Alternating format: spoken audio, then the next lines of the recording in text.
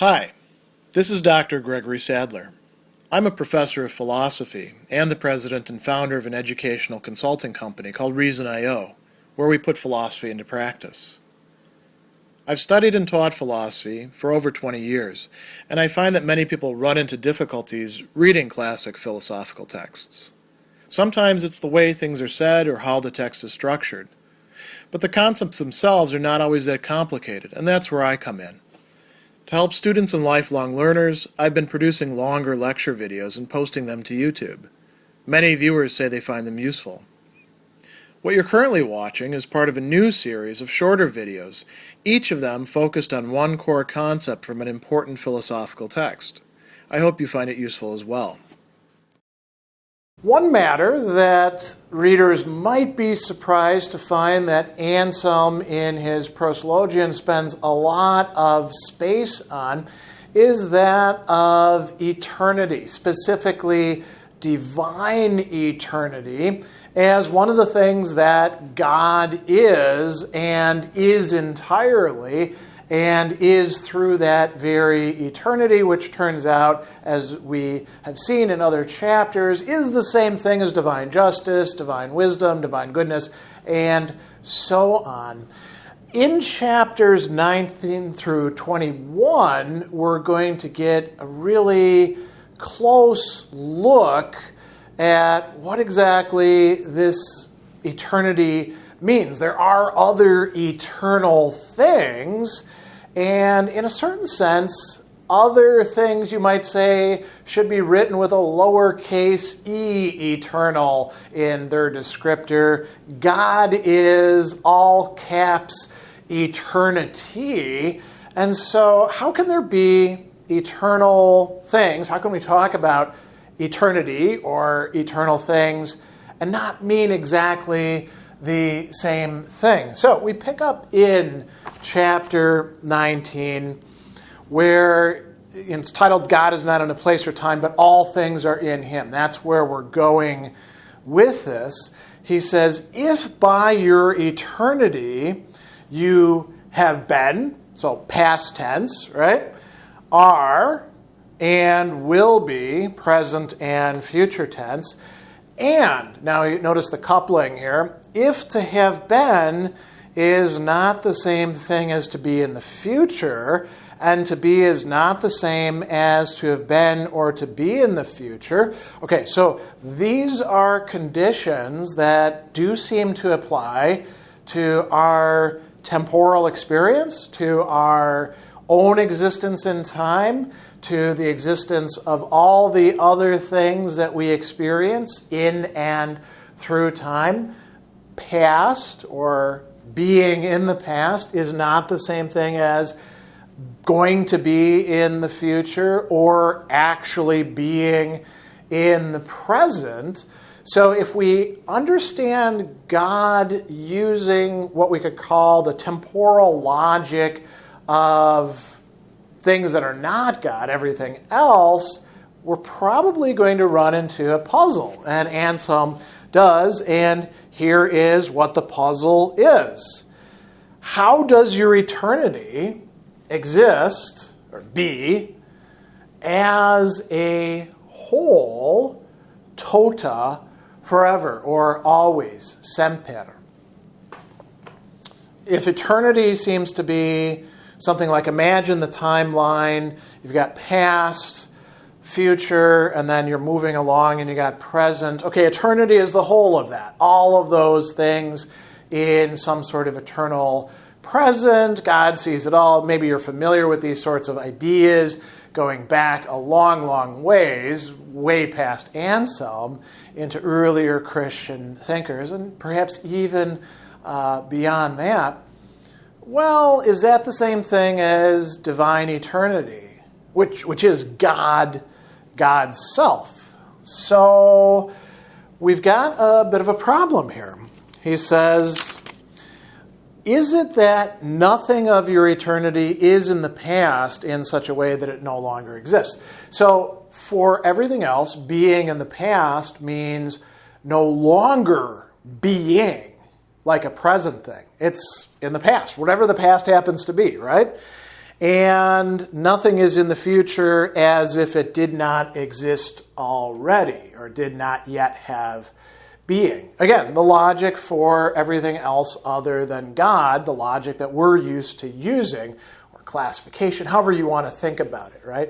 If that word logic turns you off. And he says, is it that nothing of your eternity is in the past in that way? Not to say your eternity isn't there in the past, or rather, better put, the past isn't in your eternity. And so Anselm is going to point out that yesterday and today and tomorrow are all completely in time, or we could say they are times in time, right? So Anselm says it is not the case that yesterday you were and tomorrow you will be. Rather, yesterday, today, and tomorrow you are. In fact, it's not even the case that yesterday, today, and tomorrow you are. Rather, you are outside of time altogether. Yesterday, today, and tomorrow are merely in time. You, although nothing exists without you, do not exist in a place or a time. Rather, we have to change our perspective, our way of thinking about these things. God is not in time. Time is in God. That's kind of a mind-blowing idea, but this is something that is typical to Anselm, and we're going to find it brought up in other works like the earlier Monologion, the On Truth that follows, where God is truth, and all things, all truths are within that truth. Same thing with time. God is eternity. All times are actually within God. God is not in time. So that takes us to the end of chapter 19. And chapter 20 is going to add to this picture a bit. Anselm is here talking about, well, how can we have different sorts of eternal things? God is eternal. Eternal things are eternal. How are they not like God, or how is God not like them in that case? And Anselm says something really interesting at the beginning of this chapter. You fill in place, you pour into, you could say, or are folded into, and embrace complexteres. You are woven into, woven around. Everything is bound together. God fills all things. And he says, you are before and beyond all things. And we're not going to worry about that before and beyond too much, because we're talking about that elsewhere. But he wants to know, how are other eternal things not quite as eternal as God? So he says, God surpasses. Trans is the Latin, right? The second person singular.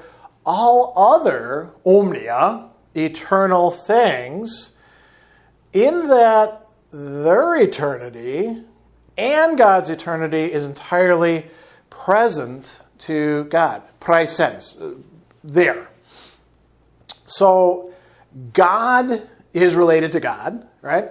In this very complex, reflexive way that is actually a super simplicity, we could say, in thinking about divine simplicity, particularly in chapter 18. All the other eternal things are present to God in God's eternity, but it doesn't work this way for other eternal things.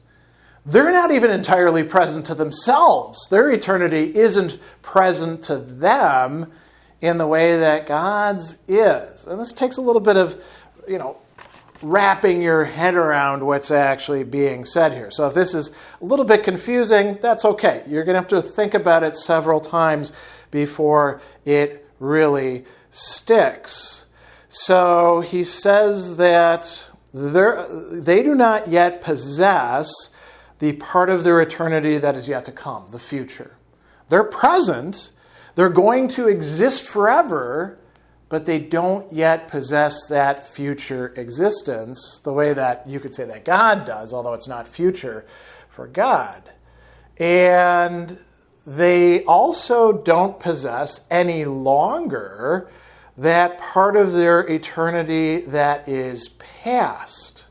And so he says, this is a way that you, God, are always beyond them because you're always present somewhere they have not yet arrived, or because it's always present to you. So now we've got a distinction between eternal things, eternity itself, and then we get a really interesting sort of speculation and part of language as well, sort of linguistic analysis on the part of Anselm in chapter 21, which asks, is this the age of the age, so singular, right?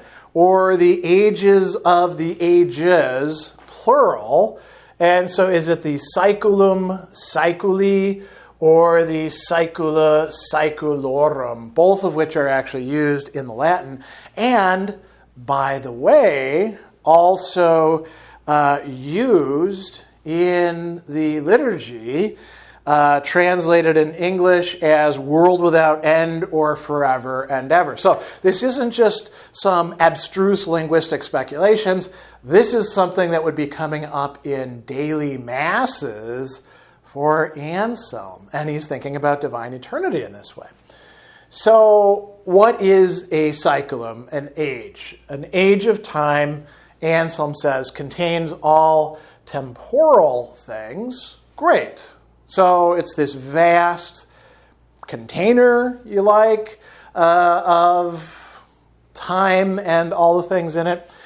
God's eternity, he says, contains all the ages, plural, of time. So if we're going to talk about the age of the age or ages of ages, this one that is the of is God, God's eternity, and then all of the time is contained within God's eternity. Should we think of this as singular or plural? And Anselm is going to say yes, meaning both. Depends on how you want to think about it. There's different aspects that we can focus on. So if we want to interpret eternity as the age, singular, age of the age, this is because of its indivisible unity. And that's just Latin cognates, right? Indivisibilitas, right? Unitas. So that's one way to think about it. Why might we think about it in the plural? Eternity is ages because of, as he calls it, its boundless interminabilum, not having a terminus, a limit or boundary, greatness, immensitatum, right? Immensity would be a closer way of translating it. So either of these work. The language is to some degree inadequate to convey precisely what God's eternity is, but this is as close as we're going to get according to Anselm. And we could even think of, again, to go back to what we talked about in chapter 20, the other eternal things.